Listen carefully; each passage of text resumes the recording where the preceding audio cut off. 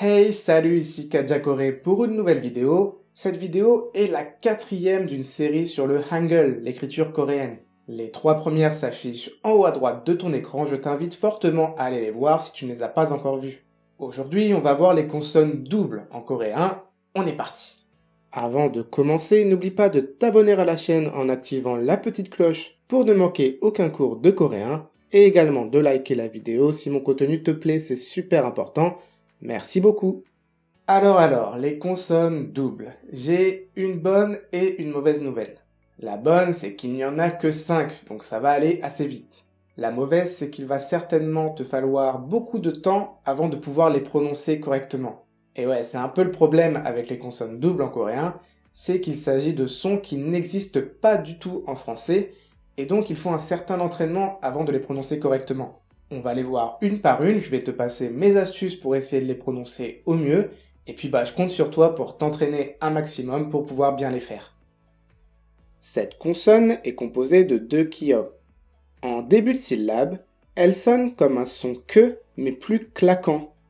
Pour le faire, il faut bloquer ta gorge et d'un coup relâcher la pression sans laisser sortir d'air, c'est important. Écoute bien. Ka, ka.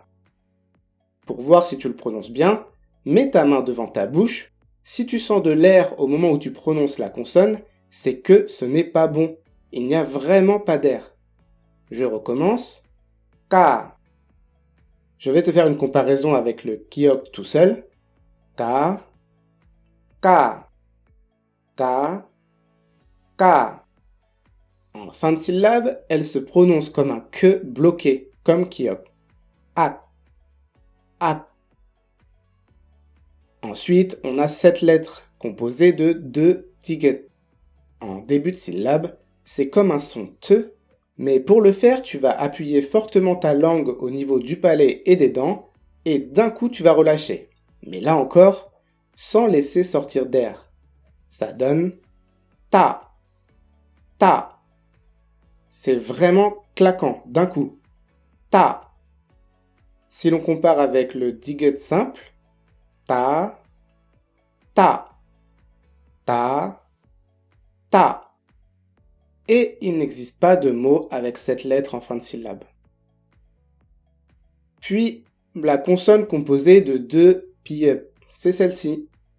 Quand elle est placée au début d'une syllabe, c'est comme un son peu, mais il faut pincer fortement les lèvres, puis relâcher d'un coup la pression. Toujours pareil, sans laisser sortir d'air. Pa, pa. Même astuce que pour les autres, mets ta main devant ta bouche et si tu sens de l'air, c'est que ce n'est toujours pas bon. Une comparaison avec le pi-up simple. Pa, pa, pa, pa. Pareil que pour le double ticket, on ne rencontre pas cette consonne en fin de syllabe. Le double chiot ensuite.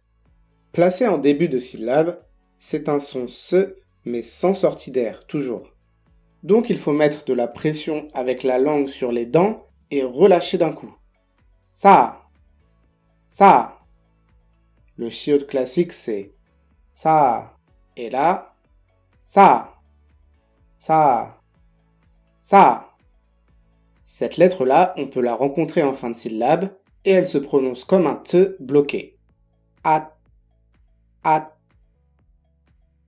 Enfin le dernier, le double tiet. Ça va être un son de, mais encore une fois, avec de la pression et sans laisser sortir d'air. Ce qui donne ta, ta. Le tiet simple, c'était ta. Là, c'est ta, ta, ta. Pas de double tiet en fin de syllabe. On récapitule tout ça. Ka, ka, ta, ta, pa, pa, sa, sa, ta, ta. Entraîne-toi beaucoup et ne t'inquiète pas si tu n'arrives pas à les faire correctement dès le début. Ça prend du temps, des semaines, peut-être des mois. C'est tout à fait normal. Ta bouche n'est pas habituée à ce genre de son. donc il va falloir l'exercer. Aussi, plus tu vas t'entraîner, plus tu vas comprendre ce qui se passe dans la mécanique de la bouche, et tu vas aussi mieux les reconnaître à l'oreille. Parce qu'au début, c'est vrai que ce n'est pas évident, surtout dans une phrase qui va vite, on a tendance à pas trop savoir quelle lettre a été utilisée. Est-ce que c'est la consonne simple ou la consonne double? Enfin, dans tous les cas, ne t'inquiète pas, ça va venir. C'est sûr, ça va venir.